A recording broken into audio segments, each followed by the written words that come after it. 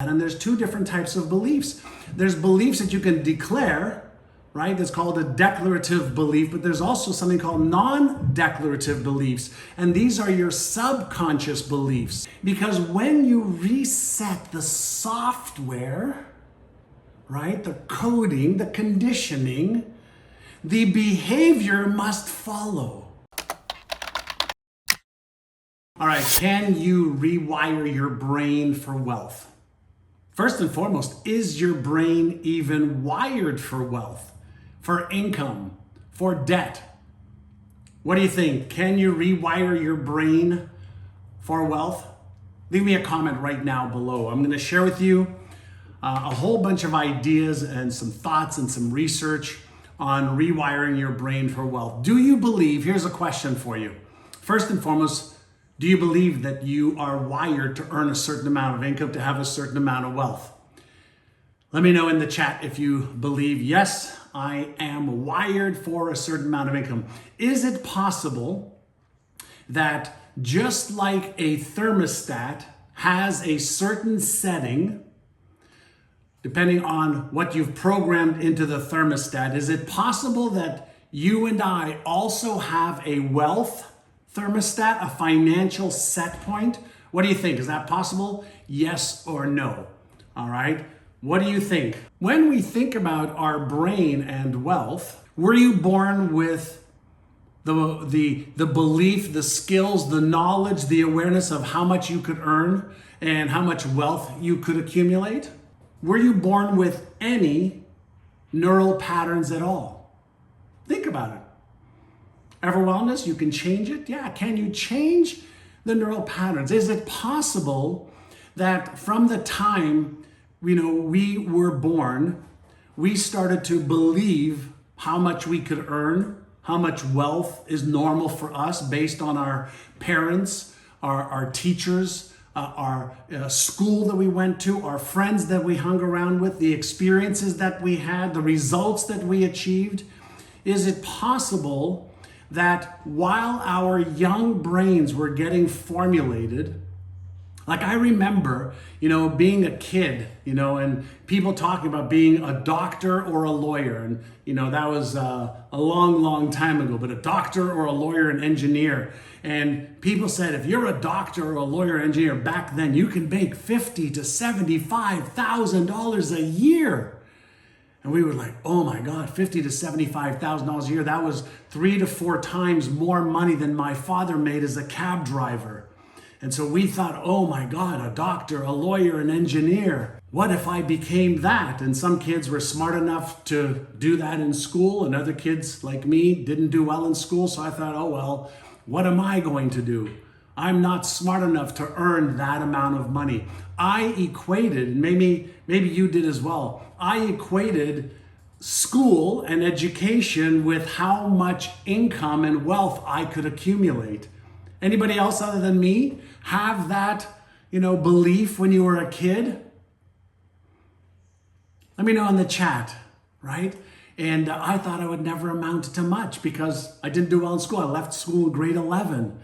So I want to ask you a question, to get you to think, right? Every Tuesday morning, I do these sessions at 9 o'clock Pacific time, which is now. And part of this is to teach you, to share with you what I've discovered over 40 years of being in the personal development space, meaning as a student, right? But now as a teacher and a writer and author. And when we talk about rewiring your brain for wealth, why do we even use the word rewire our brain for wealth? Like, it has to assume that our brain is wired for wealth, right? What does that even mean? So when we talk about rewiring your brain for wealth, it assumes that there is a wiring already there. And the question then becomes, was the wiring there when you and I were born? Were we born with any beliefs? Were we born with an identity? Were we born with a self-image or even a self-concept? Were we born with any attitudes? Were we born with any habits? Were we born with any expectations? Were we born with any financial set points or limitations right? Financial glass ceilings. And the answer is no. There were brain cells, 100 billion of them or so, and over the course of our lifetime, right, each one of those brain cells created neural connections, about 10,000 neural connections per cell. So if you want to do some math, do 100 billion times 10,000, huge number. And those connections started to formulate our perspective, our beliefs, our paradigm, our attitude, our skills, our expectations, our set points. Right? So let's understand the nature of how our brain became conditioned, what the essence of this wiring is. So what happens is, as we, are born into this environment with parents with certain skills, certain knowledge, certain awarenesses, etc., we also have to assume that we apply, or we learned the stuff from them about what's real and what isn't, right? We learned everything from our environment, our parents, the meaning we gave things. We learned that if we went to school, it means this. If we didn't, it means that. It means that this job earns that, etc. So we were born with a complete open slate, right, David Blackhurst? Right? And then we created these neural patterns. And then those neural patterns went from creation initially to being what we call as soft wired. Soft wired, which means the neurons that formulated these connections through effort and awareness and the meanings we gave things became soft wired, not just in the conscious mind so we could declare the things that we may believe, but through our habits and our paradigms and our attitude, and also the beliefs that we have about what's possible, for us, right? So when we're talking about rewiring your brain for wealth, is it possible that, let's say, if you make, whether it's $1,000 a month or $1,000 a day, it doesn't matter, that the more you've been earning that amount of money, that becomes your financial or wealth set point? The more we reinforce a pattern, does it not mean that the pattern then reinforces itself through automaticity, which is one of the brain's ways to conserve energy, right? There's neuroplasticity, our brain's ability to make connections. There's neurogenesis, which is our brain's ability to create new neurons, which we once thought wasn't happening, but it does. But then automaticity is, once those neuron patterns are formulated, they run automatically. It's part of something called your default mode network. Okay? So think about this for just a moment. So in our brain, we have these cells that have these neural connections that are easy for our brain to fire off based on automaticity. And the neurons that fired together wired together. And the neurons that wired together are what we call our soft wired neuron patterns, right? So here are a few questions. I want you to imagine a thermostat, right? You're in a room, and I'm going to ask Andrea to actually turn on my air conditioning right now because it's too hot in the room I'm in right now, right? So is it possible that once your thermostat is set in the room you're in the car you're in the hotel, it doesn't make a difference.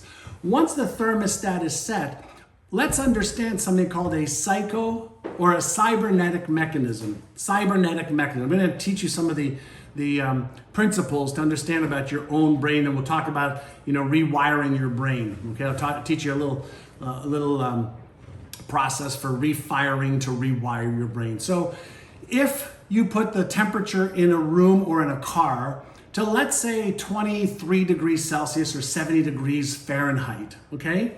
Now there's a thermostat, there's electrical wiring, right, that attaches to the thermostat. If hot air comes into the room, a signal is sent to the thermostat or through the thermostat to the furnace or the air conditioner, right? So if hot air comes into the room, the air conditioner goes on, blows cold air into the room, and the thermostat, right, starts to do what? Starts to calibrate based on the temperature in the room. So there's a sensor on the thermostat.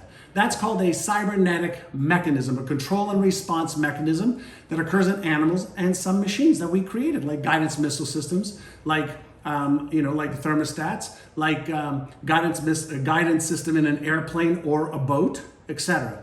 So anytime there's a deviation, there's too much hot air or too much cold air, the system calibrates until the set point is reached. Does that make fundamental sense? Okay. Well, are you aware that you and I have a financial set point, a wealth set point, a fat set point in our brain? We have a relationship set point. We have a career set point, a business set point. So what creates this set point? And the answer is repetition of a pattern reinforces the pattern, and then the pattern reinforces itself. So we create these comfort zones, and then our brain does everything possible to maintain these comfort zones. Even though we may not want it, it maintains a comfort zone because it conserves energy. Does that make sense?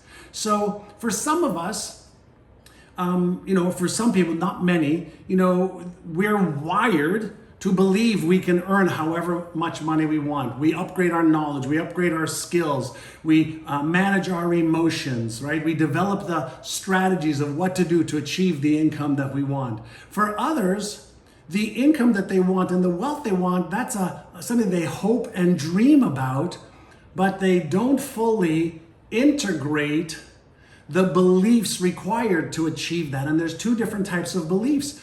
There's beliefs that you can declare, right? That's called a declarative belief, but there's also something called non-declarative beliefs. And these are your subconscious beliefs. So think about this. If you declare that you want to double your income, but there's another hidden belief that says, but you don't have the skills. You're not smart enough. You're not good enough. You didn't go to school. You're too young. You're too old. Whatever the counter belief is, can you understand how from a neurological and biological perspective, if there isn't coherence between the goal and the beliefs, for example, there's going to be chaos or procrastination or self-sabotage that happens. Does that make sense? So how do we rewire our beliefs? How do we rewire our habits, right? Because what are habits? Habits are a coalesced set of thoughts, emotions, feelings, sensations, and behaviors that operate automatically without us thinking about it. So why does our brain create habits? To conserve energy. Why does our brain create habits? To be able to maintain comfort zones. Habits are to maintain comfort zones and homeostasis.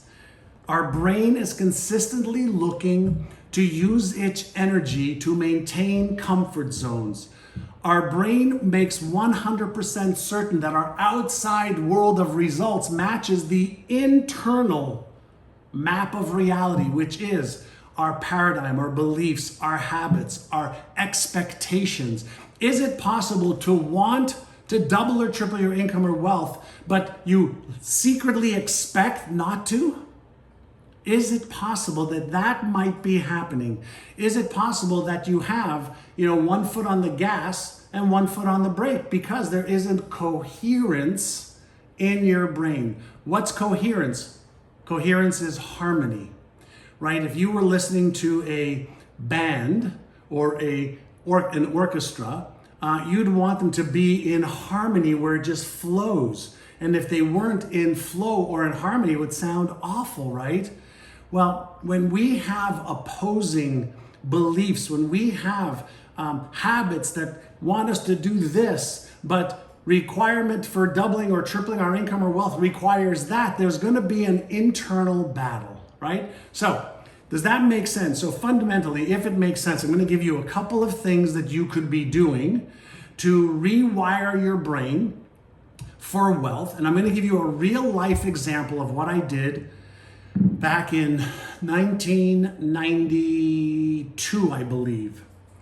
Does that make sense? If it makes sense, give me a like or a love, and I'll give you some tools to use. And many of you, my company, myneurogym.com, we develop brain training programs to accelerate the release of old disempowering patterns and the creation of new empowering patterns like beliefs, self-image, self-confidence, attitude, perspectives, etc.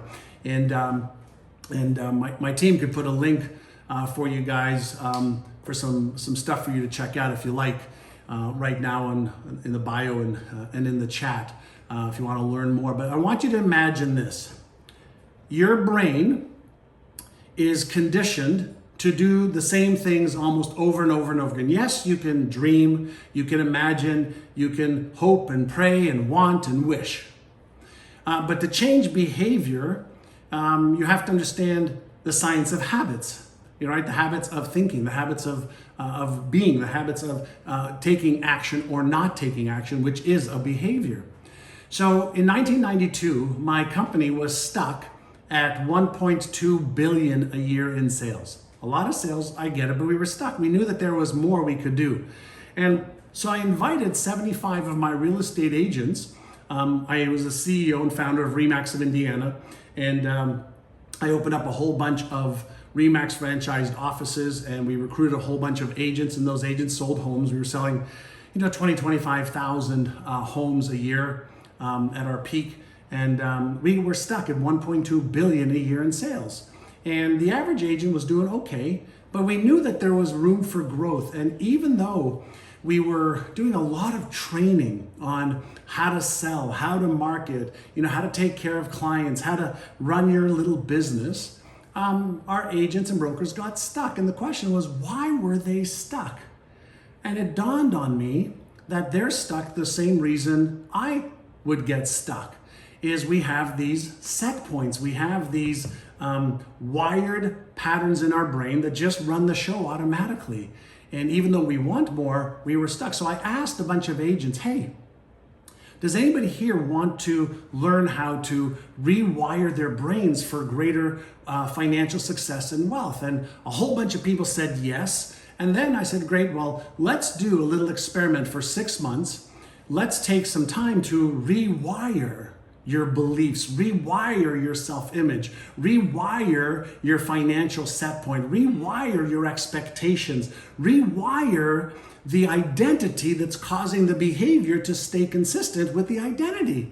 And so each of them paid, there were 75 agents that paid $3,000 each to work for 6 months on rewiring their brain, not to learn any new skills, okay? And every day, before every day, the first thing we did is we asked each one of the agents to write out the vision of what they would love their life to be like. And so they wrote, love to travel the world, love to buy real estate as investments, would love to retire my parents, would love to go, and help the charities in our local neighborhood, would like to put money away for our retirement and money away for our children's college education and to have a nice wardrobe, et cetera, et cetera, et cetera. So they wrote out a vision of what they wanted their life to be. Part one. Part two, we said, okay, let's create some goals, okay, for 1 year from now, 6 months from now, 3 months from now, 1 month from now. So we took the time, okay, to create some goals. Then we said, okay, what would you need to believe in order to make all of those things a reality? And they wrote out their beliefs. Then we said, okay, what would your financial set point need to be in order to earn the income, okay, that you need to earn in order to live that lifestyle? And we started to write down the beliefs, the habits, the perspectives, the attitude, the knowledge and the skills that they would need. We wrote all of this down. Now here's where it gets in, because that is an exercise that we use our, Einstein brain to say, okay, here's what I could do, here's what I need to believe, here's the habits that I want. Does this make sense so far? And then we said, okay, every morning for 6 months, 180 days basically, okay, you are going to sit down and you are going to look at your vision and you are going to visualize in your mind, because visualization is simulation. You are going to visualize actually achieving that life, achieving those goals, feeling how it's going to feel, okay, to help so many people because you've doubled or tripled your income. You're going to imagine where you are and you're going to imagine a stair step all the way to your goal, and you're going to emotionalize it every day. You are going to take the beliefs that you wrote and you are going to read them every day, and you're going to run your fingers like I used to when I was 19 years old with your right hand, with your left hand. So you send a signal through your nervous system to your brain to wire those neurons together. So not only are you going to read it and see it with your eyes, you're going to imagine it and use the occipital lobe. You're going to use your fingers, okay, to run it across the words. You are going to feel it, so you activate the limbic system in the brain, the emotional center in the brain. And then, after you do that for 10 or 15 minutes, you are going to take 3 simple action steps that day that'll help you double or triple your income. So every single day, they did that. All right? Visualize, emotionalize, run their fingers across this, really feel the new you. And you are going to take 3 small action steps towards achieving that goal. We didn't teach them anything else about marketing or selling or doing anything, nothing else.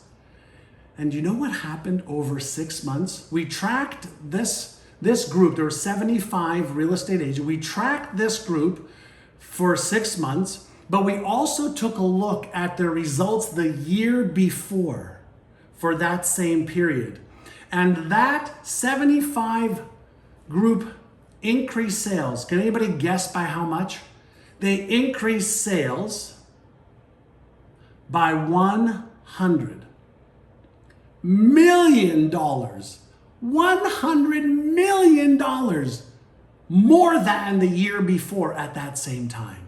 Now, $100 million times 6% commissions, okay, is $6 million extra dollars. $6 million extra dollars. There were 75 agents in the group. Even at a 50-50 split, that was $3 million extra dollars for them to split. Why? Because every day they did something called cognitive priming. What does that mean? Well, it means that every day they gave their brain the instruction of what to focus on. Every day they activated that emotional center in their brain. And what is emotion? It's energy in motion. Every day they read the affirmations, they felt the affirmations, and they started to create new neural patterns in their brain that they reinforced for 180 days. And what started to happen was they started to believe that they could earn more. What started to happen is they started to feel a change from within. What started to happen was they started to act in alignment with the vision. They started to act in alignment with the new identity. They changed their perspective of what's possible. They changed their expectations of what's possible. They recalibrated and reset their set points from the inside out so that the outside results matched what they had written on the paper, their goals, their vision. We, in essence, reverse engineered from the vision and the goals to the behaviors, to the beliefs, to the emotions, to the skills, to the strategies. And then we reinforced a new pattern that overrode the old patterns. And these agents went on to make an extra $25,000, $50,000, $100,000, and then many of them went on to make $250,000, $500,000, $1 million a year after that. Why? Because when you reset the software, right, the coding, the conditioning, the behavior must follow. Pay close attention to what I'm about to share, okay? And if you like this, please share this. And if you want to go deeper with me and some other brain experts, sign up for the Brainathon on Saturday. It's free. It's about 6 hours of training. Come for an hour, 2 or 3 or 4 or 5. My team will put a link. But let me share something with you. I want you to imagine lottery winners, just for a moment, okay? Out of 100 people who win the lottery, 5 million, 10 million, 50 million or so, out of 100 people who win the lottery, how many do you think lose the money within 3 to 5 years? How many of the 100 do you think lose the money within 3 to 5 years? Give me a number, type it in. All right, how many do you think lose the money within 3 to 5 years? They buy the tickets, they win the lottery, they're like set for life, many of them. How many do you believe lose all the money? Pauline says 95. How many do you think lose the money? The answer is around 85 to 90 is what I have read. 85 to 90 people who are set for life lose the money. Why? Like, doesn't that blow you away? Like, why? It wouldn't be you, right? It wouldn't be you. It wouldn't be you. You'd not be one of those, 85. Here is the reason why. One of the responsibilities of our brain is to make sure that our external world of results, your body, your physique, your fat, your weight, your relationship, your business, your income, your wealth, what our brain does is make 100% certain that your outside world of results matches the internal map of reality and expectations. So if you expect to be poor, if you expect it to be hard, if you expect to not know what to do, if you expect anything, your brain makes that a reality. If you believe that you're not smart enough, not worthy enough, not good enough, not this enough or that enough, your brain makes sure of that reality. If your external world doesn't match the internal world creates a pattern of self-sabotage, a pattern of disassociative thinking. You disassociate from the external result until there's a match on the inside and the outside. If you want to understand why many people who achieve success abuse drugs or alcohol, is they're trying to reconcile the results of what they're seeing out there with maybe the accolades of what they're getting and their internal self-image, self-worth, etc. Does that make sense? So as you are upgrading your knowledge, as you're upgrading your skills, as you're upgrading your beliefs and your habits, you have to upgrade your self-image and your self-worth neural pattern to match the success that you want to achieve. Because if you don't work on the rewiring and recalibration of all of these together so that the inner game matches the outer game, chances are you may do a lot of rationalizing, which means you will do a lot of rational lies-ing. Right? You'll tell yourself a lot of rational lies. You'll do a lot of procrastination. You'll self-sabotage. You'll achieve some success and then you'll sabotage. Achieve a little bit more success and then sabotage, and then you will, reinforce a disempowering self-image pattern. So, does that make sense? Does that make sense? So how do you rewire your brain for wealth? Every day you follow what I said. And if you want to do it using, some software and some evidence-based methodologies, join me for the Brainathon. We'll show you some more techniques and tools with me and other brain experts. I'll also introduce you to one of our flagship programs called Winning the Game of Money, which is a brain training program and a coaching program for those of you who want to go deeper. Either way, there's lots to learn. And if you enjoyed this, would you mind sharing this? Give me a like or a love, a comment, and give me some feedback. Every Tuesday, I do this here on this channel. We also post lives to YouTube every Friday. So if you're not following me, I've got a lot of great training on YouTube.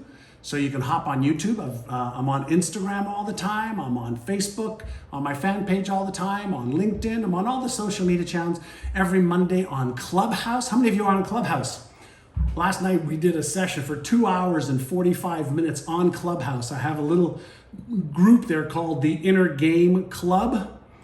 The Inner Game Club on Clubhouse. We did a 2 hour and 45-minute session yesterday on self-confidence, self-worth, self-esteem, self-knowledge, etc. But here's the thing that you need to really consider. Hey there, George Carroll. Nice to see you, buddy. Here's the thing I want you to consider, right? We have this incredible $100 billion brain. Many of us never got the user's manual for how do we train it? How do we train our own brain?